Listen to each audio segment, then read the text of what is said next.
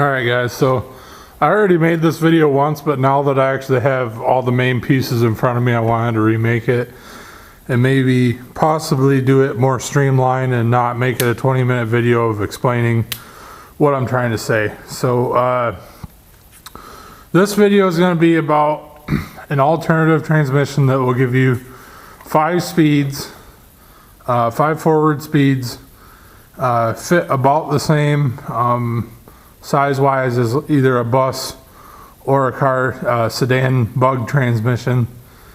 The only caveat is that you will have to run, in the configuration that I'm running, you'd have to run a Honda 4-cylinder, something that is distributor ignition. And I'll explain that reason a little bit later in this video. I'm going to try to do this all one cut, and I'll show you. I've actually got the transmissions over there. I've got the engine I'm going to use, and I'll kind of tell you why I picked this engine and whatever else, along with going over and showing you some drawings that I drew up. One thing I gotta say is all my normal viewers that subscribe to the channel, I'll have an update on my Valiant at the end of this video. If you guys want to hang out till then, and then I'll show you guys where I'm at with the other car. One of the reasons I want to show you guys this and kind of get this idea out there is because this transaxle is actually used in the Volkswagen bus community a lot, and they actually run it upside down, which will give it forward speeds on a rear engine setup. So this is a dual side cover sedan transmission here next to it, and this is a 98 to 05 Passat or A4 Audi transaxle. The model number for it is a 012 if I recall. This is a front wheel drive only box, 5 speeds, and it is roughly the same dimensions as this bug transmission. Weight is not a whole lot different. It's much beefier. You can tell by the casting in it, how much more material there is over top of the ring and pinion. The CV flanges are actually 130 millimeter. I think these are 100. Don't quote me on that. If you guys know bugs, then you'll know what size they actually are. The input shaft is much larger, probably a 1/4 inch bigger on this transmission as it is over here. I didn't really need to get this transmission, but I actually bought it for scrap weight, so I don't really have that much money into it. Now for the tricky part of this. This transaxle here is normally a engine in front, front engine, front wheel drive setup, which I'll go over here to the board and show you guys my little drawing of trying to explain it. So on a normal bug or bus transmission, the front will be up here, the engine would be back here, and the axles would drive forward like this, right? So on this transaxle, the front is still up here, the engine would be up here, and then the back of the car would be back here somewhere. By flipping this, let me scribble this off a little bit. By flipping this to a rear engine and having the front of the car up there, if you put a normal engine on there, if you put the 1.8T or the 30 valve or the diesel in front of it that it comes with, that would, behind it would actually create 5 reverse speeds. So you go really fast in reverse.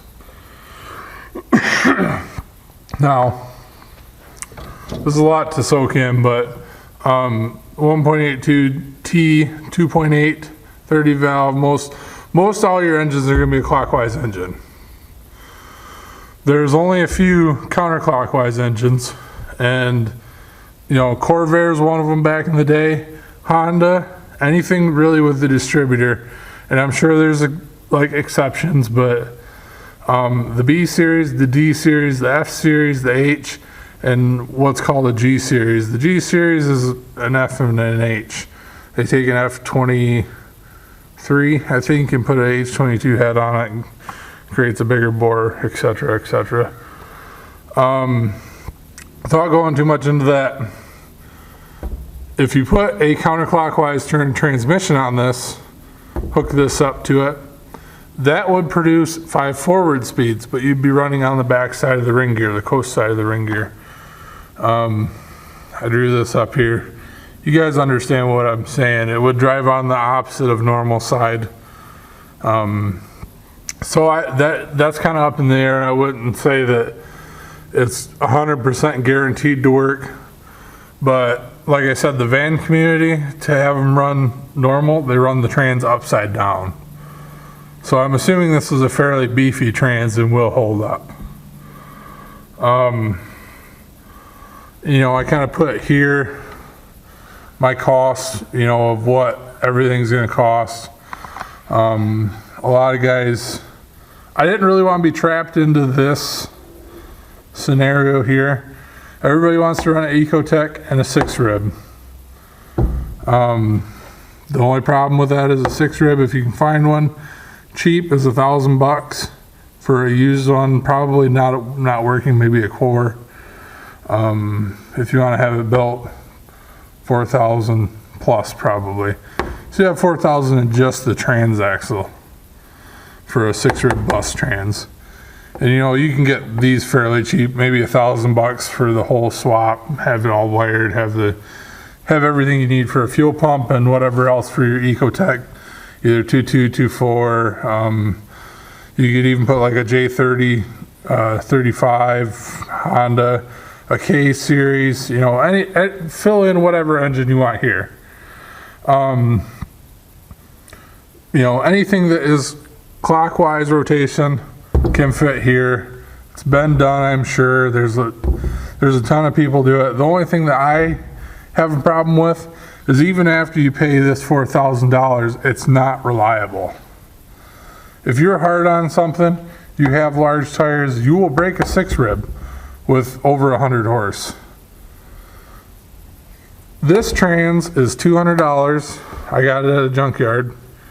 In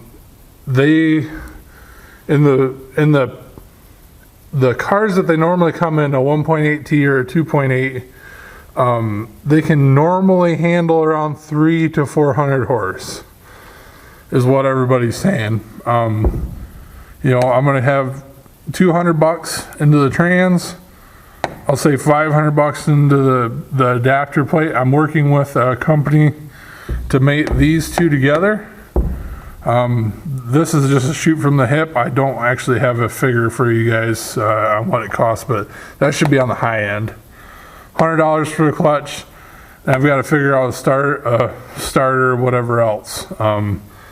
Maybe add axles into there. We're still well under, you know, $1,500 for that. I assume this is adding it. I drew this up before, but I'm assuming $1,500, $400 for the engine. I got an entire swap for $400.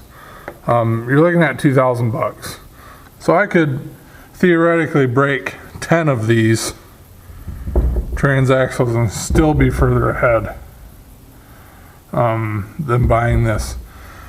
If it continually breaks this, because I'm running on the backside of the ring gear, then, you know, nothing ventured, nothing gained. At least we're going to learn.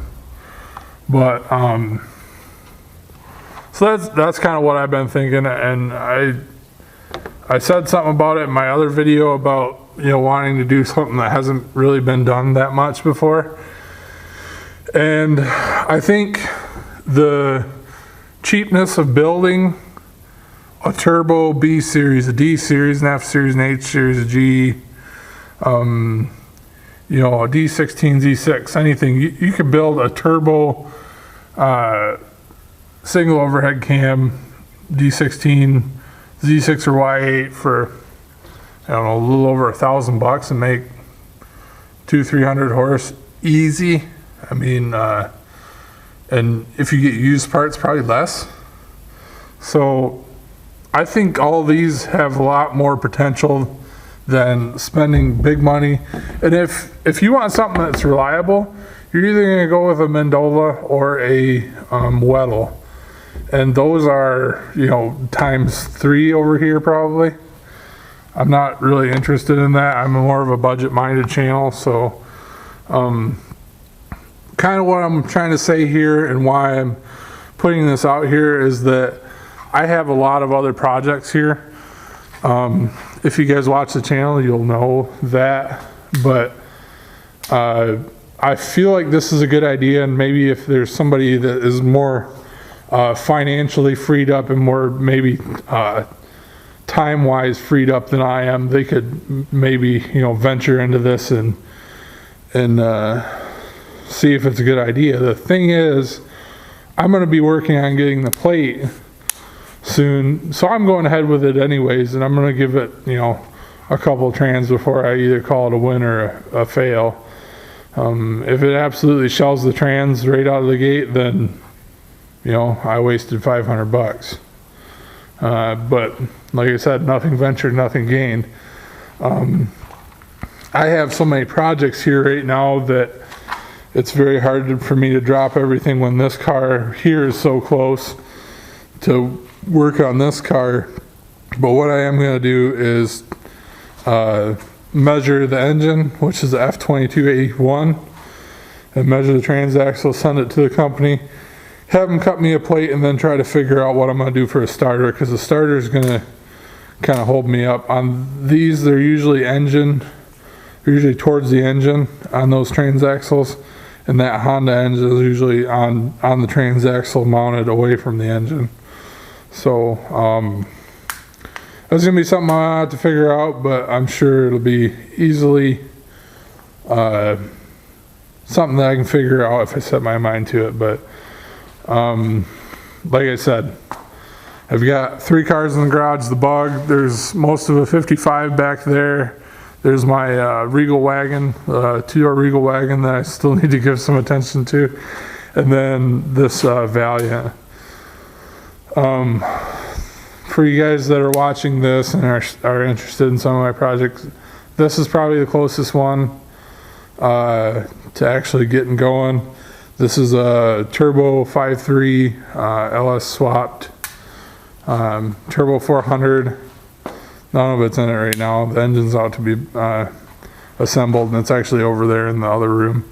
But turbo 5.3, turbo 400, 3,000 stall, shortened 8.8 rear. It's mini tubbed. I've got 15 by 10s. I've actually got a disc brake set up that I haven't showed you guys. I guess I'll say here, any of you guys that aren't interested in that, you know, feel free to subscribe and, you know, check back in with the channel. I'll eventually have bug updates. I won't promise that they're going to be anytime soon, but I'm sure when I get new parts for it, I'll at least show them. So, disc brake conversion for the Valiant. I've got new upper control arms over here. Most of a new front end. I'm actually starting to paint this rust stuff on. It's like a rust converter. It turns like open porous rust, like a dark black purple color. But I'm gonna go ahead and you can see the disparity line there. You know, painted over here and unpainted over here. So I'm actually getting about done painting this stuff, and then I'm gonna put either lizard skin or a bed liner in here and spray it on nice and thick, cover it up, hopefully save the floors from any further rust. So aside from that, I've got my frame connectors all the way in, and I'm just kind of collecting parts. I got the engine almost all the way together, and I'm about ready to put the engine back in, put the fuel system in, and get going on it. I don't want to keep babbling on. I just wanted to, release this video and try to shorten it up.